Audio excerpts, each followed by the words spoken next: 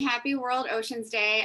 My name is Danny Nierenberg. I'm president of Food Tank, a research and advocacy organization really devoted to telling stories of hope and success in the food system.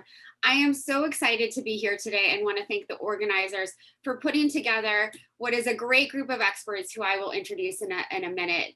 The theme of this year's World Oceans Day is the ocean, lives and livelihoods. And it's no secret that our oceans have been in peril for a very long time, or that the billions of people who depend on them for food and their own personal livelihoods are also in peril.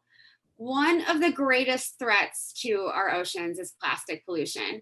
According to an article in the journal Science recently, 1.5 metric tons of primary microplastics enter the ocean annually, and around 700 marine species and more than 50 freshwater species have ingested or become entangled in microplastics. And we've all seen the horrific images of dolphins and other marine species caught in nets. We've seen images on social media of bags being pulled out of the carcasses of whales. We've seen turtles with straws, which I think kicked this off, this kind of concern about, maybe almost a decade ago now. What really encourages me, though, is that there are so many people working on this issue and there's so much awareness being raised. There are scientists, restaurateurs, businesses, fisher folk, environmentalists, chefs, all these people who are entering the tech sector. And of course, all of us as consumers or eaters who are now concerned about plastic's impact on our planet's oceans. And more importantly, they're coming up with really, really creative solutions. So I'm going to go ahead and introduce our group of change makers, our panelists for today, who are doing really exciting work. I'm of course excited to introduce Dan Simons, who is hosting this event. He is the co-founder of Farmers Restaurant Group and the founder of Our Last Straw, which is an organization really seeking to reduce plastic pollution in oceans. He is devoted to raising awareness about plastic pollution and marine ecosystems. Next, we have Mark Herrema, and I've already pronounced his name wrong, who is the founder and CEO of Newlight Technologies. He founded the company in 2003, which makes natural carbon negative biomaterial called air carbon, which can be used to replace plastic and leather. Really exciting innovation happening there. We also have my favorite member of Congress, Congresswoman Chellie Pingree, who is from Maine's 1st Congressional District. She sits on the Congressional Subcommittee on Agriculture and on the House Agriculture Committee and on the Subcommittee on Interior and the Environment. She has been a long time advocate for sustainable agriculture policy and of course, marine policy. I'm pleased that we have Sarah Schumann, who is a fisher, activist, researcher, writer, and consultant who fishes in Rhode Island and provides guidance to fishers and fishing companies about best fishing practices and ocean environmental stewardship. We have Maggie Ostdahl, who is joining, and she is a conservation policy manager at the National Aquarium, where she coordinates the organization's conservation advocacy efforts and partners with and creates partnerships with a focus on US government policy. And finally, we have Marcus Eriksen, who is a trooper today. This is one of many events he's been involved in for World Oceans Day. He is the co-founder and executive director of LEAP Lab, a network of science centers that aims to improve science education for small and underserved communities. He is also the founder of 5 Gears Institute, an organization that utilizes science, art, education, and adventure, which I really like, to act against global plastic pollution issues. So I kind of want to just dive right in with all of you. This is a problem that seems so huge. And I think that when all of us who are sitting at home, like we have been for the last year and a half, think about it, we feel like there's nothing that we can do to help, that no action can be taken because this is beyond our ability to prevent or really curb in any way. And so my first sort of question is, what can an individual person do, starting today to really make a difference? And maybe Congresswoman Pingree, you can go first and kick us off. Great. Well, thank you so much. It's great to see you, Danny, and thank you to everybody on the panel. I know you're all doing great work, so I'm just lucky to be here to listen to all of you speak. Of course, I have a public policy lens on this. There's important legislation I think that we need to be working on, focused on legislation related to oceans, but also I think back at the state and municipal level. I'm happy to talk a little more about our federal efforts, but at some point, a lot of the policy around waste happens at your municipal waste facility. You know, the whole disaster around recycling today, which when people better understand it, they're usually outraged at this idea that they separate their home waste and then it all goes into some big dumpster, or worse, it all ends up in the ocean or their waterway or the fish that they're eating. So to a certain extent, it's getting right down to the local level, both talking about, you know, how is your municipality handling, what are the issues in being able to recycle? Also, does your state have plans related to this?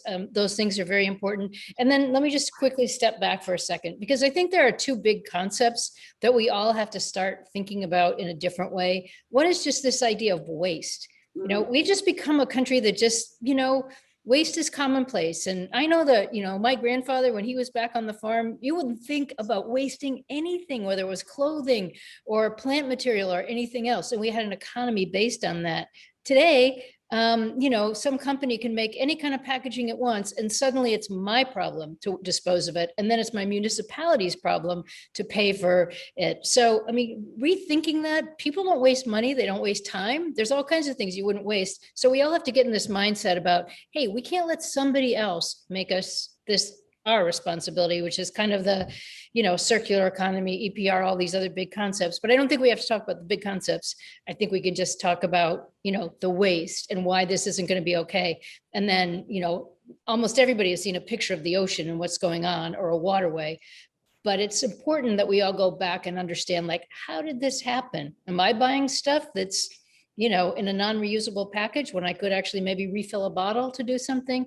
Anyway, there's lots and lots of public policy, but there's so many great people. I just want to sit back and listen. No, that's great. And we'll get into some of that public policy later. I think you brought up such an important point that corporations and businesses have a real responsibility here on plastic pollution that we haven't been taking, or they haven't been taking. So I hope we can get into that later. Maggie, would you like to go next in terms of what individuals can do? Absolutely. And just really quickly, thank you very much. This is such a fun conversation. And, you know, there are heroes that I know of and that I'm just meeting on this panel. So it's just an honor to be part of it. In terms of, you know, I think one of the things that we talk about a lot at the National Aquarium are individual actions, and they matter and they add up, right? So, you know, probably a lot of the people or everyone on this call already have some good habits that they've cultivated, whether it's, you know, using a reusable bottle or carrying a reusable bag, or, you know, remembering to forego the straw if you can, and all of those things. Those are all really important. They add up. I think what also is important is remembering that we need the systemic change too. You know, we need both things. We need individuals to take action. We need the system to change. To Congresswoman Pingree's point, you know, you need to have people galvanized at all different levels.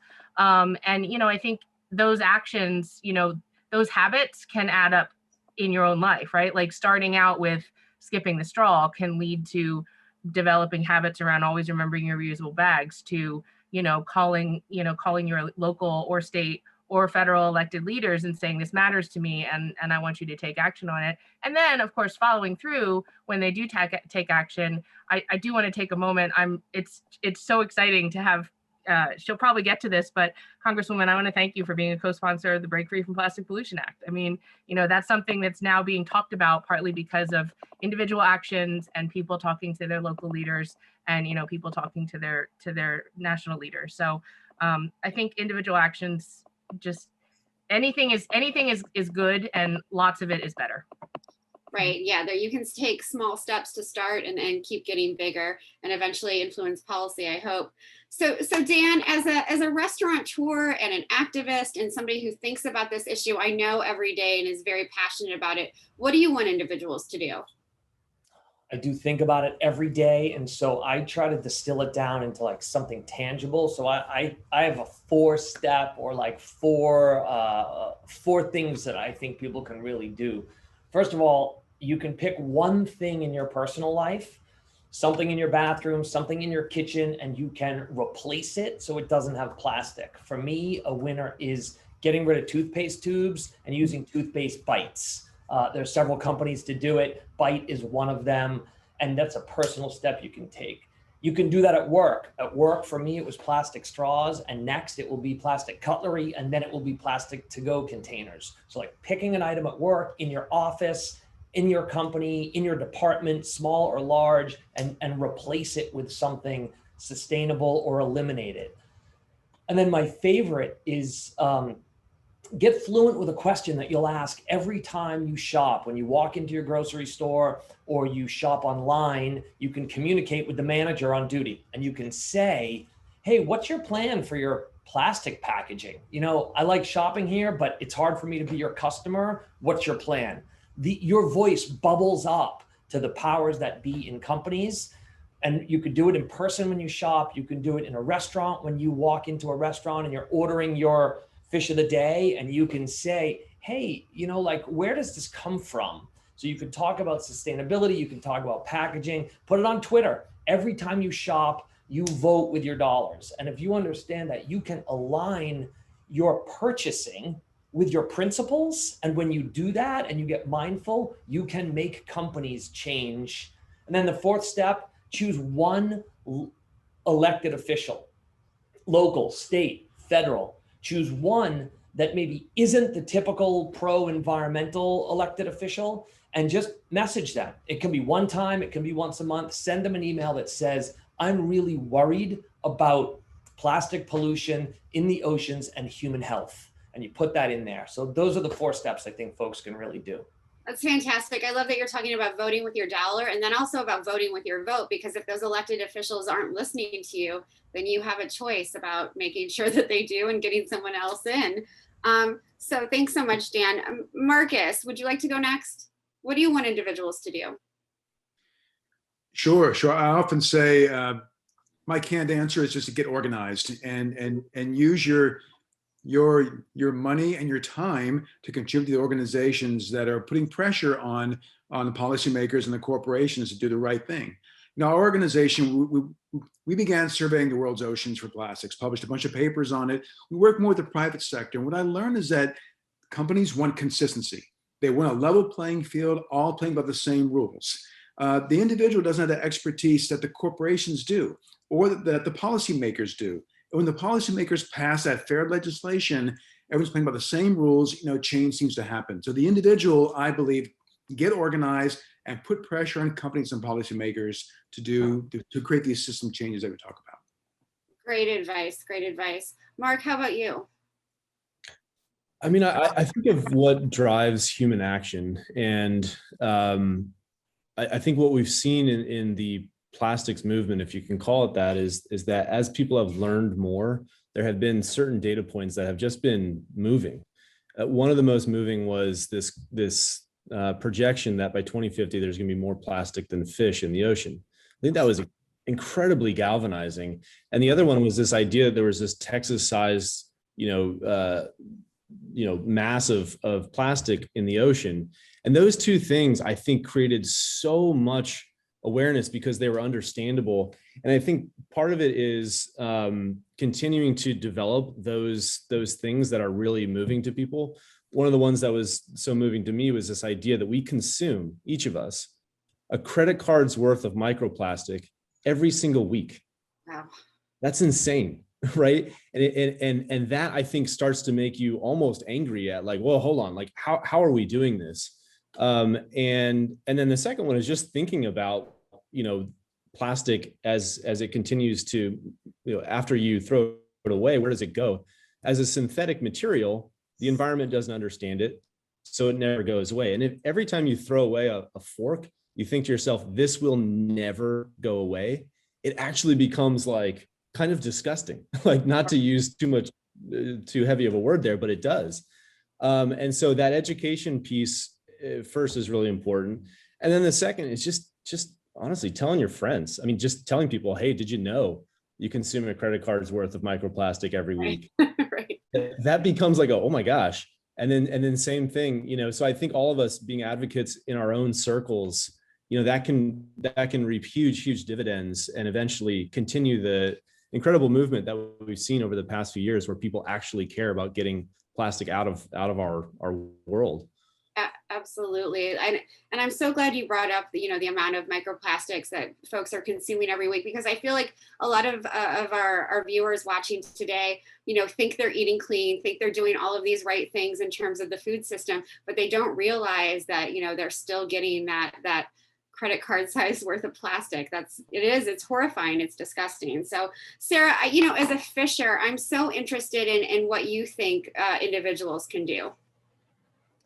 Well, as a commercial fisherman, a harvester of wild seafood, my answer to a lot of questions is that we should all be eating and enjoying local wild seafood.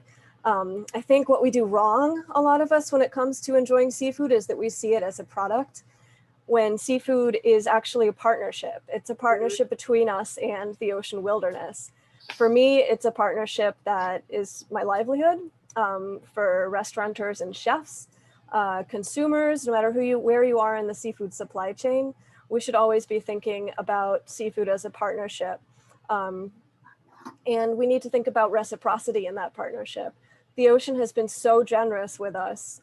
It feeds us, and it does a lot more for us than we are ever capable of recognizing. And we're asking it to do more and more and more every year, whether that's soaking up carbon emissions. Now we're relying on it to produce a lot of renewable energy to avert further carbon emissions. It just seems like there is no end to what we ask the ocean to do. And I really think that even individual actions, when it comes to choosing to use less plastic or repurpose plastic that you already have in your possession, or at the very least recycling that plastic and making sure it doesn't enter a waterway. Those are basic steps that are part of that reciprocal relationship that we all need to be thinking about with the ocean. And if we can do that, then we can continue to enjoy delicious, nutritious wild seafood for forever. That was so beautifully said. And I love thinking of all of our food systems, but especially our marine food systems as a partnership between eaters and the ocean itself. That's just really beautiful. Thank you so much. Dan, I want to go back to you as someone, again, you think about this issue every day, but let's say that you have a friend or a colleague who works for a company that is contributing to the problem. How can we influence companies on this issue? Because there's a lot of power in Washington and lobbies who are sort of fighting for plastics to stay in use, because it's a lot easier for companies in many ways. I think employees in companies have way more power and influence than they might realize.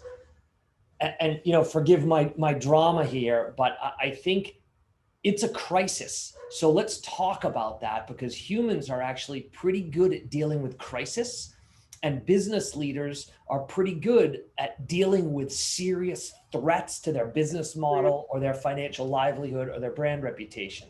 So I would say, if you work in a company, regardless whether your company is directly producing a product, I'm sure that there is relevant plastic pollution and waste somewhere in your company. Send an email to your HR department today that says, our participation in plastic pollution is giving me anxiety.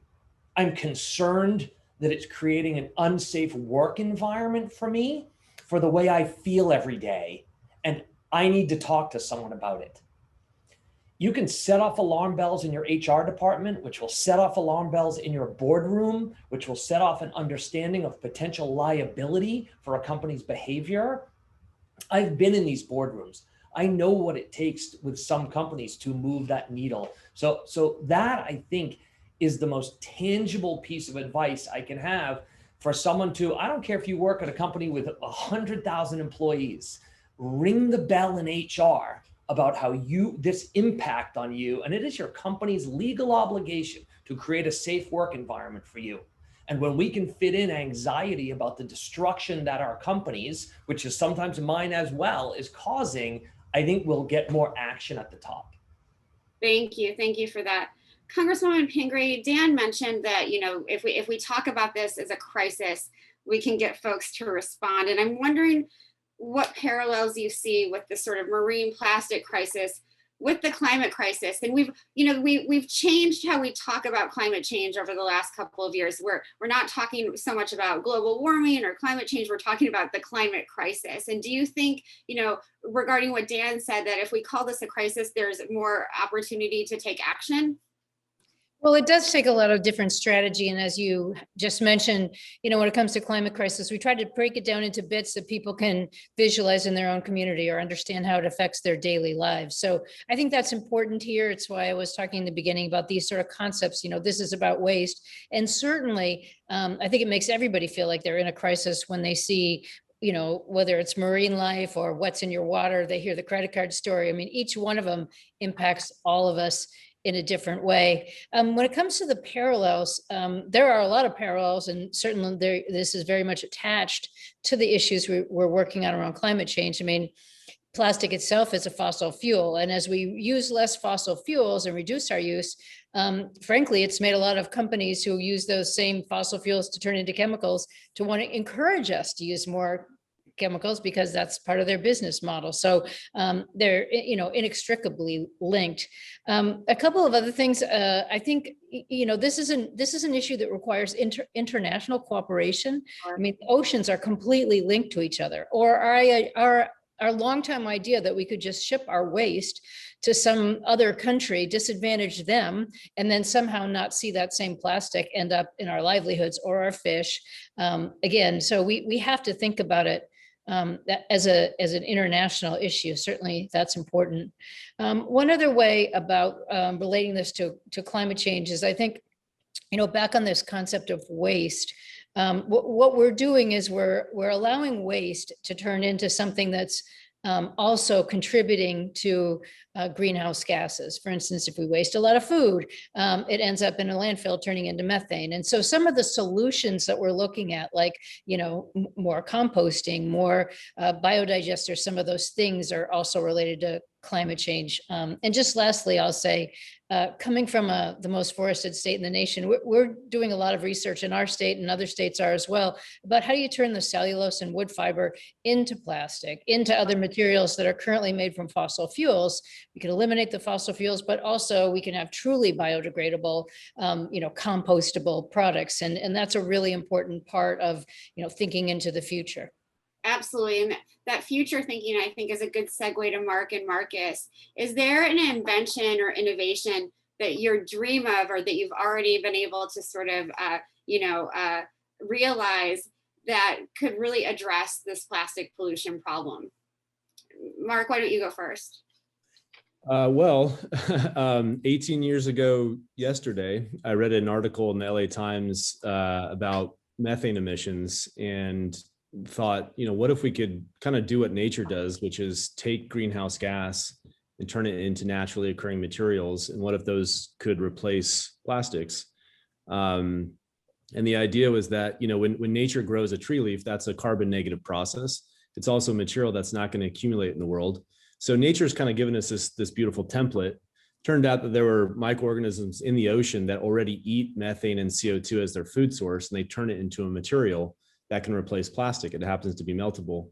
So it was a pretty quick journey. It took us about 18 years to do it. But today I can hold this spoon in my hand, and this is made from air carbon. This is made from greenhouse gas, but it's a naturally occurring material. The molecule is called PHB. We're all making it in our bodies right now. So the environment understands it. So it has the opportunity for circularity, where you can make it from greenhouse gas and it goes back to greenhouse gas, just how it happens in nature. We think this could be a really interesting way for us to address the plastics pollution issue. And it also addresses this idea of waste, because if you could put it into a anaerobic digester, for instance, create more greenhouse gas, use that to make more material, you have a new way to recycle, a new way to recover that's easier for people, easier for companies. So we're really, really excited about that. That was our dream, and we're working really hard to continue to scale that. That's great. Congratulations. Only 18 years. That's awesome. I had a lot less gray hairs. No, it's all good. No, thank you for that. That's really interesting. And I think the more people are learning about the innovation that's taking place, the more excited they'll be about making the changes in their own lives. Marcus, is there an innovation or an invention that you think has been really groundbreaking? Or if you had, unlimited funding, what would you want to happen? That's a good question. About unlimited funding, I think I would look at each of the different sectors in society where we use plastic, because they all have very different ways of solving the issue. And I'm looking here, and we have Dan, Sarah, and Mark that represent three different sectors of plastic use in society. You got Mark that's solving the single-use plastic issue. You have Sarah working with fishing gear, and Dan with farmers, and that would link to agricultural film, other agricultural uses. I've been in so many conferences over the last 20 years where we get people, someone who talks about textiles, someone interested in fishing gear, someone interested in tires, car tire crumb, e-waste, pellet loss, construction use, personal hygiene, agricultural film. You give them the same room and it's an ocean context, and the conversation of solutions goes nowhere. I think what we're seeing, the trend we're seeing happen now is, as the science grows, when I first began this issue, there were 30 research papers that I could read, and that was the front line of the issue. Now there are 30 papers a week getting published. Right. So we're seeing the whole issue diversify, and we've identified 13 sectors. Each sector, like in farming and agricultural film, there's PHA film, there's paper film, there's other innovations in that space. In fishing, fishing gear is the biggest impact on oceans. I've seen net lease programs incentivizing, putting a bounty on nets. That's a whole different way of dealing with that. In single-use plastics, it's biomaterials, it's the reuse economy. So I think when I think of how do we solve this, it's got to be per sector. And the science is telling us it's time to specialize. I think in the future, we're going to see, there's going to be a conference on tires and tire crumb, its own set of journals, the same for single-use packaging. So I see, when I think about solutions, it's diversifying. We've identified 13 sectors, each has its innovation frontier. If I had unlimited money, I would find each of those innovators, those young entrepreneurs, and fund them to solve the problem in their specific sector. Yeah, that's a really exciting way to think about it. Thanks for that. Sarah, given what Marcus has said, I'm wondering how you sort of, can you embrace that kind of, specialization and looking at what you're doing and how to engage your communities in this? So not just your own fishing community, but the community of eaters that you're supplying. Well, I do know that, yeah, as Marcus pointed out, we, in the fishing industry, so many of the materials that form our tools of the trade are made of plastic, whether it's our lines, our nets, the fish totes that we schlep our fish around, even like the epoxy that's used for our fiberglass boats, not to mention our boots and our rain gear. It's all plastic. And it's sort of hard to imagine fishing as we know it without plastic. I don't have the PhD in chemistry to really think about whether it's possible to replace those materials with something else. What I do know is that disposal is a problem. I don't think there's really any sort of permanent funding stream for picking up and repurposing used fishing gear. I think that that's been on sort of a year-by-year basis. And in my port, the dumpsters that were always there, where we could throw our used lobster traps and throw our used nets and they would get turned into energy. Those dumpsters are gone this year because I think the funding ran out. So when you don't have a place to dispose of that gear, well, you find a place to dispose of that gear. And unfortunately, that's, sometimes that is probably the ocean. I mean, you see on the beaches, you see lobster traps and nets washed up after every winter storm. And a lot of that is not intentionally discarded, but again, I think the idea of a bounty on ghost gear makes a lot of sense. And I've seen some programs like that being launched in certain places, and it creates the incentive for a fisherman to fish for ghost gear that, it's something else to do using the boat and the skills that you have. and it also helps restore the ocean. So that sounds like an excellent idea. Absolutely. And, Sarah, I'm also wondering, it's not just your job and the jobs of fishers around the world that are at stake. What's also at stake is really a cultural part of how people live and their sort of essence. And I'm wondering, from somebody who's been doing this for so long, how do we maintain that culture around fishing that I think is so important, and that respect for marine resources? I think that's really important, Danny. Thanks for mentioning that. It is, I mean, fishing is so much more than a livelihood, and fish is so much more than just a protein source. It really is who we are in coastal communities. Yeah, I mean, I think that's just worth so much more than the convenience of using a plastic water bottle instead of filling it up at the tap, or using the single-use plastic bags at the grocery store instead of carrying your cloth ones, as Maggie mentioned earlier. It just seems simple when you really celebrate and focus on the things that you care about, that bind you together as a community, that make life richer, then all those other things don't seem like sacrifices. And that's one thing I think that the chef community has been doing so well these last few years, is by really reminding people what matters: food, community, culture. Those are the things that unite us and that can give us the impetus and the drive and the faith to do better by this planet. Absolutely. That's a beautiful way to say that, and really celebrating those cultures and what they've been able to accomplish, not just for their own communities, but really for us all. And we've all been benefiting from them, and they deserve our respect and our honor in that way. And Sarah, I'm glad you brought up chefs. And so I want to turn both to Maggie and Dan now and talk about, how chefs and eaters can ensure that they are buying seafood from sources that avoid plastic pollution in the ocean. A good friend of Food Tank is Mark Kaplan from Invisible, who's using a lot of tracing mechanisms to make sure that the seafood that people buy is, it's slave free, that it's actually the kind of fish that they're buying, but there's no sort of traceability for, how that particular fishing vessel is using plastic or not using plastic. And how can we make sure that eaters are informed and that they know what they're doing? And I know, Maggie, so much of your work is really focused on that kind of education. Sure, thank you. I think that, that is one of the roles that aquariums pride ourselves on to some extent, is really trying to help everyone understand, empower people to learn more about the ocean, to learn more about how their choices matter, to take actions that matter to them, lots of different actions.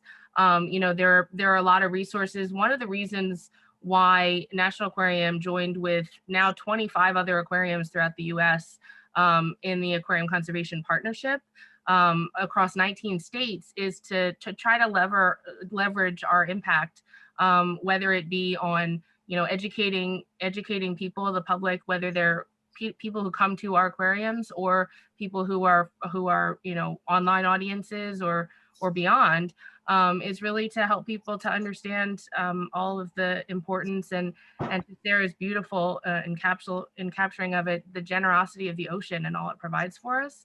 And with that, really trying to help folks feel empowered to make sustainable seafood choices, to lessen their plastic impact, to learn about climate change and how the ocean is a solution to the climate crisis, and can solve a lot of, can help us to heal the planet, which is mostly ocean. And the other thing I will say in that, in creating this partnership, the other thing we recognize is that aquariums are large businesses. We're often in an urban setting or a community anchor of some sort. We're large businesses, and we have food service, we have retail, we have operations that require a fair bit of resources, including plastic. And so that partnership was also a way to really look at how we can walk our talk even more. And as part of, specifically in relation to plastic, the Aquarium Conservation Partnership made a commitment in 2016 when it started to, really eliminate or significantly reduce single-use plastic throughout our operations. And so far we've made a fair bit of progress toward that goal. And need to keep continuing. It's a way to keep educating as we improve our own operations. Absolutely. I love that the National Aquarium is really walking the talk on that issue. So Dan, you're working with so many eaters and chefs who are concerned about this issue. How do we create sort of even greater awareness than what has already been out there? Well, one thing that diners can do is find a new fish to be friends with. If you say that you love fish and it's a great part of your diet, but the only fish that you're friends with are tuna and salmon, there's more friends to make. And so you can do a lot, I think, touching several of these issues. For example, personally, I eat, and in my restaurants, we sell Chesapeake Bay blue catfish. It's an invasive species. There is an almost endless supply. I think if we got everyone in America eating this fish, we still wouldn't win the invasive attack from this fish. But the good news is there's a ton of diversity that we can bring to our diets that help. And I would imagine that the diversity creates more economic opportunity for folks that make their livelihood on fishing, and maybe opens the opportunity for more investment, more opportunity, which can bring more new thinking into this whole industry. So chefs and restaurateurs can do this by offering it. Diners can do it by asking for it. And then, Danny, I just want to go back to one point that Marcus and Mark made. I hope investors, private equity firms, CEOs of public companies hear these two incredibly intelligent business-related voices. That's not to say that Sarah doesn't have a business-related voice. Sure. She does. That's a livelihood, and same with Maggie. What I heard them talk about is potential big return on investment, money to be made.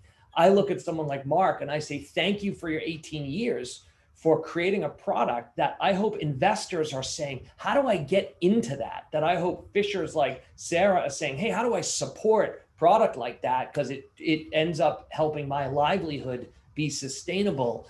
So I think there's a ton of money to be made to be on the right side of this issue, and a ton of money to be lost to stay on the liability side of this issue. And whether that's losing money in your company, losing an election, whatever you think your stakeholder is, the planet and the ocean are our stakeholders.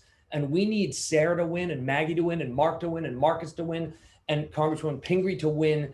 And Danny, we need Food Tank to win. So that's how I sort of tie this together. And I hope folks are hearing our voices, because if they're not, it's human health. It's your kid's illness and cancer. That credit card size bite of plastic is not innocuous or without future problems. And so what we choose to buy, what we serve in our restaurants, it all ends up connecting back to this thread. So well said. And you're right. There's not just money to be lost here. There's the livelihoods of folks like Sarah. There's aquariums that will go out of, they won't have anything to showcase. There's a lack of invention and innovation that will just not happen if we don't solve this issue. So, I think you set me up well to talk to both or all Marcus, Mark, and Congresswoman Pingree about ways that we can sort of bridge the gap between investing in new technologies and then finding appropriate government policies that will work in tandem. So how can we, Food Tank tries to talk about this a lot. How can we combine food and technology in creative ways that are actually solving problems? And how can legislation, how can government support help that? It's a big question, and I don't know who wants to start with it. Maybe Marcus. You're grinning, so I'll turn to you. To me first, I'm a marine scientist, and my career has gone from doing primary research and ocean expeditions, understanding their problems, now working with the private sector as a third-party validator, and thus a study I'm doing actually with Mark and air carbon, looking at what is the degradation of PHA in different environments over time. I think that's needed for a lot of innovators coming to this space. It's no longer we know enough. We know enough to act. And we're seeing the private sector come in. I meet so many young people, young innovators and entrepreneurs that have these novel solutions. Now there's a need for a third-party validation.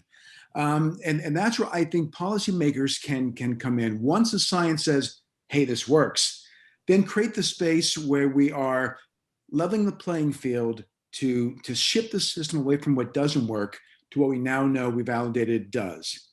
And that's where I see that's the integration I feel that exists between policy, the private sector, then scientists coming in to give some new facts on these new products. That's great. Thank you. Congresswoman Pingree or Mark?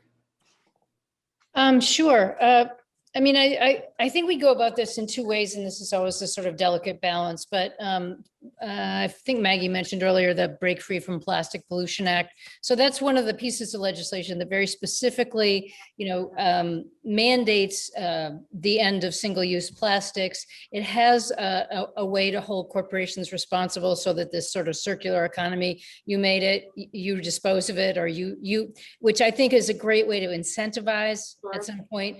Like if you know you're going to have to deal with this plastic piece in this, component or whatever that you're making, you're going to think about different ways to go about doing it. It gets into these issues about why don't our recycling systems work, and well, you can't solve everything with recycling.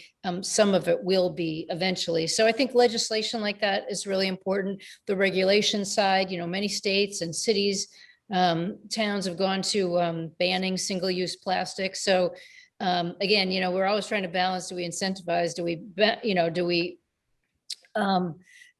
we regulate? But I just think it takes a little bit of both. And a lot of the great work that's going on in municipalities and states, we call the states laboratories of democracy. So you prove it can work somewhere, and then it's easier for the federal government to move forward on it because people have gotten used to it. And sometimes the federal standard is really important because when it comes to packaging, you don't want a company to say like, oh, I sell it this way in Missouri and this way in Kansas and this way in, California.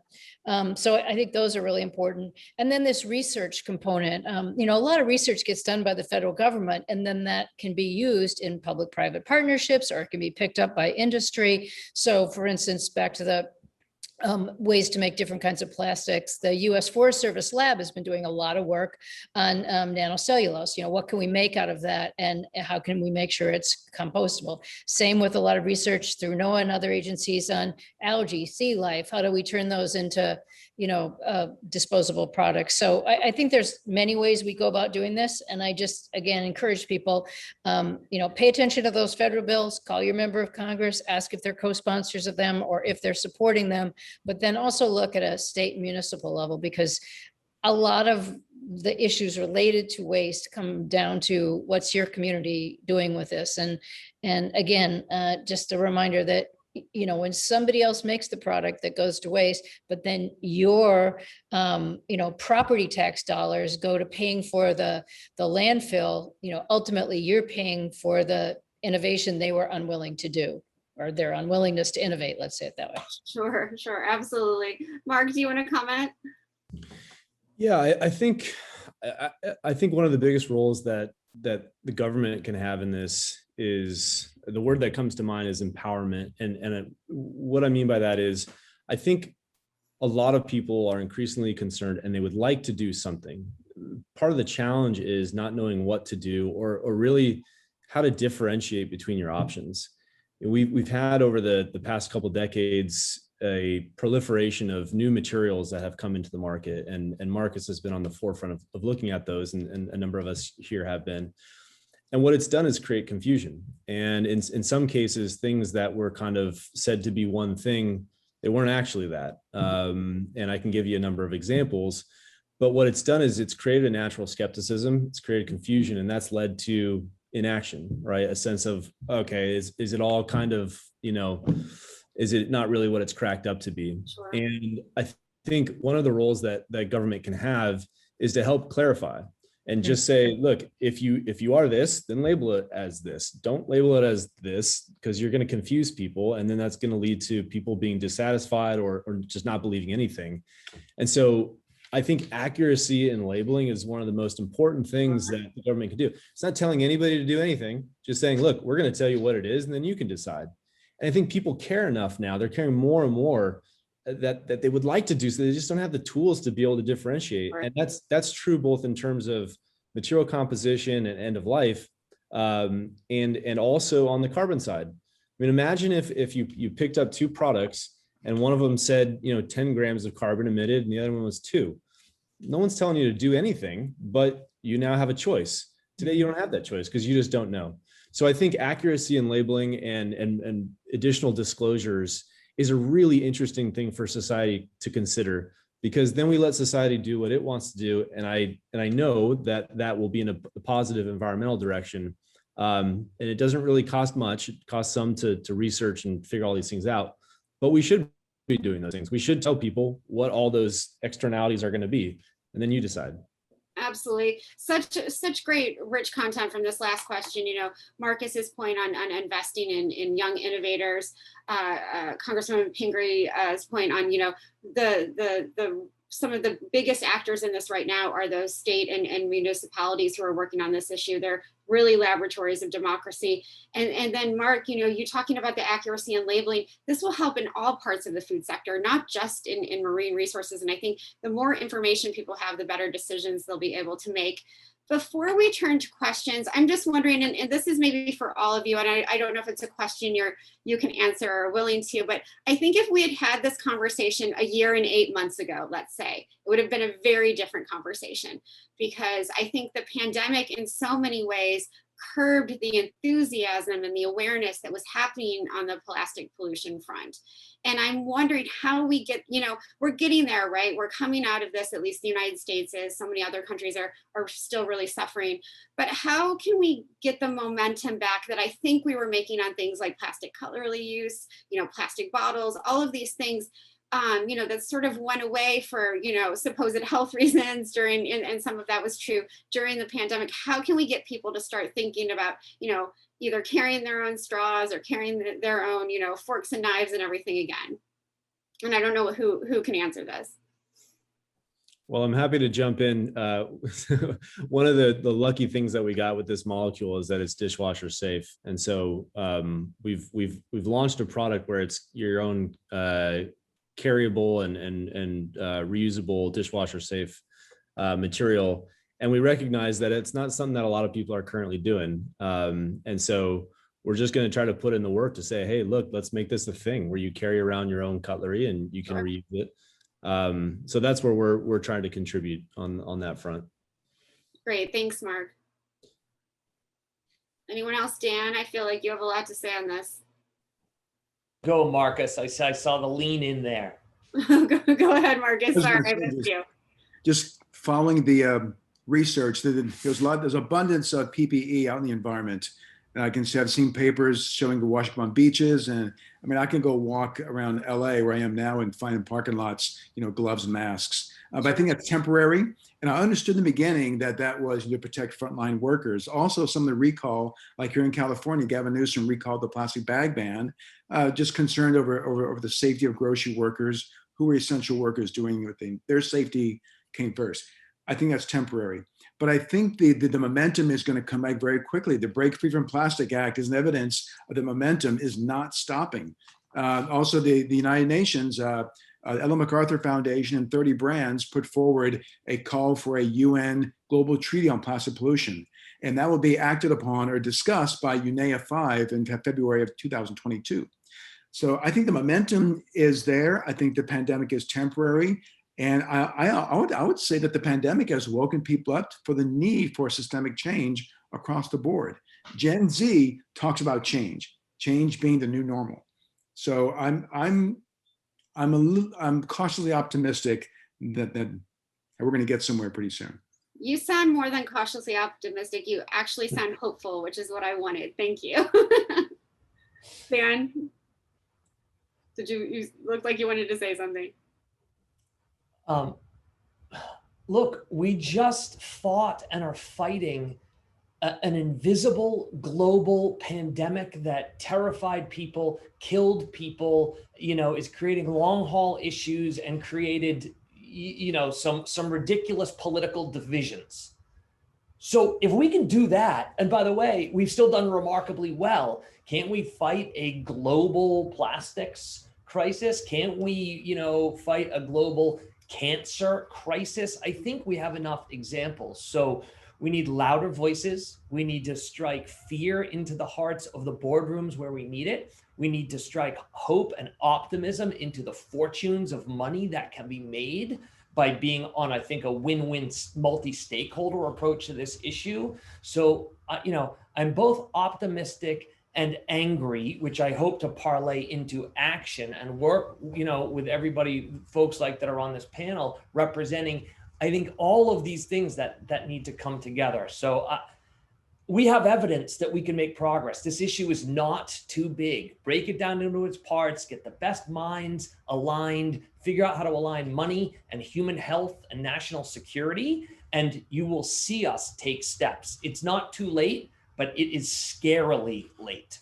Absolutely. It is a national security issue in so many ways. And I love what you had to say about get loud, get angry, and get busy. That's what's needed. So if it's okay with everyone, we have about 9 minutes left. I'm sorry that we talked too long. I'd like to get to some of the questions. And one that's really interesting to me is, how do we have these conversations with different generations of people we love in an effort to have them help make a difference? Specifically, this attendee asked, how do I educate my children who are ages 1 and 3? And how do I explain it to my parents who are over 70? Maggie, maybe you want to take this on? Or Marcus? Well, I'll start, but Marcus can catch whatever I miss. I do think, one thing I will say is that I think a lot of the younger generations are growing up with this knowledge, right? And then I think in some cases, it's younger folks who are educating or reminding their grandparents, right? Because to someone's earlier point, I think it was Congresswoman Pingree, people grew up, and there are people, I think, who grew up in a time when waste was not as much of a problem, right? Like, not so much was wasted. And so I think, let's think about it. We haven't had the disposable single-use plastic, for more than 50, 60-ish years, right? Like, there's been a lot of history of human civilization without plastic pollution. So I have to believe that all generations are part of the solution. And, I think we can all be part of keeping each other inspired and holding each other accountable to make the changes that we need to make, and solve the issues. Absolutely. Marcus, I know you'll have a lot to say. I love what Maggie had to say about we haven't always been a throwaway culture. The one prop I brought today is a copy of Life magazine, 1955. And in that is an interesting article called Throwaway Living. You can see that it's a family throwing plastic trash in the air. And it simply says that, the modern housewife need not to wash a dish ever again. That's all going to be thrown away. Prior to this was World War II, a culture of conservation. Before that, the Great Depression, where we saved everything.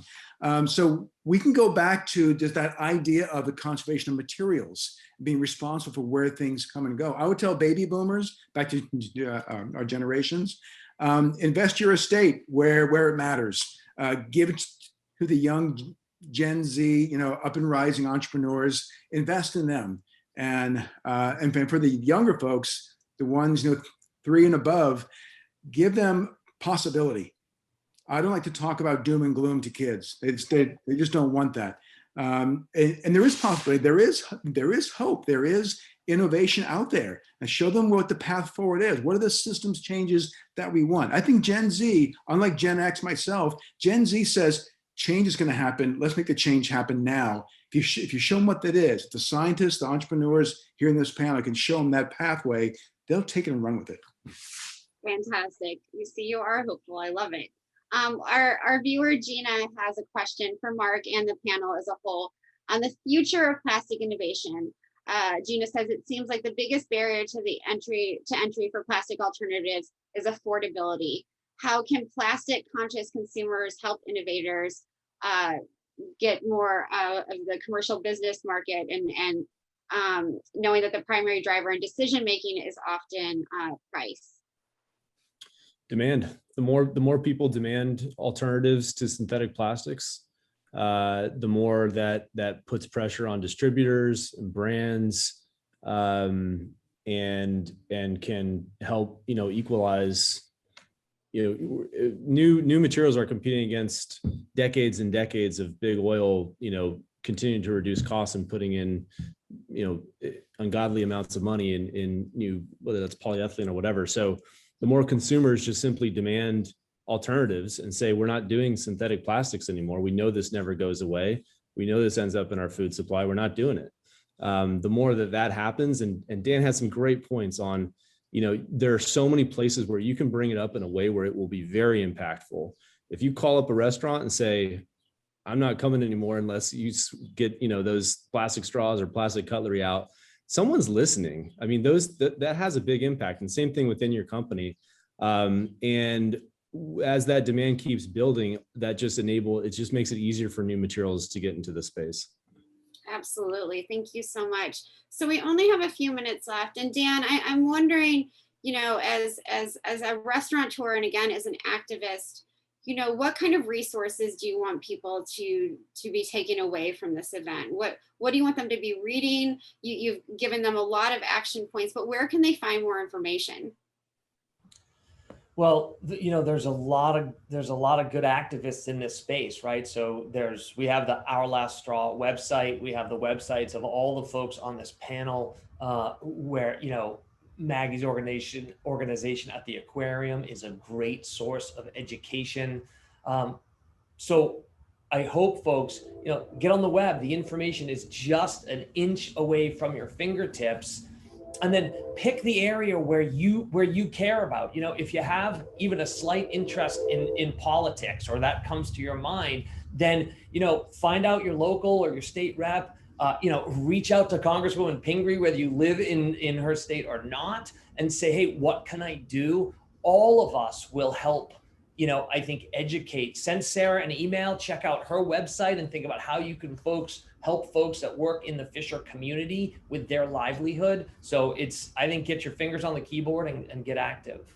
Absolutely. Sarah, since you're our lone Fisher on this event, I really want to hear from you. You've heard what Dan has had to say, and it's, get busy on your keyboard, but you also want people to be eating different kinds of seafood, I'm sure, and really learning more about it. What are your tips for all of us as we go away from this event, and in terms of, the next time we're at a restaurant or at, a fish market, or, showing up in Rhode Island and meeting your boat? What kinds of fish do you think should be on our plates in the future?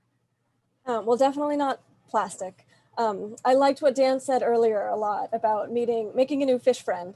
That is really sort of the key to it all, is to know where your seafood comes from. Make sure, wherever possible, that it's local, because it's eating food that's from close to you or from a place that's close to your heart if you don't live close to the ocean yourself. That's what enables you to sort of bond with the ocean through the fish on your plate. And just really eating a representative diversity of the fish that we have in the ocean, because the ecosystems are complex. Food webs have many interacting parts, and the best way that we can reduce our impact on the food web structure as a whole, I don't want to get too scientific or wonky here, but the best way that we can reduce our impacts on the structure of marine food webs is to eat in balance with those food webs. So that means eating in proportion to the production of species out there in the sea.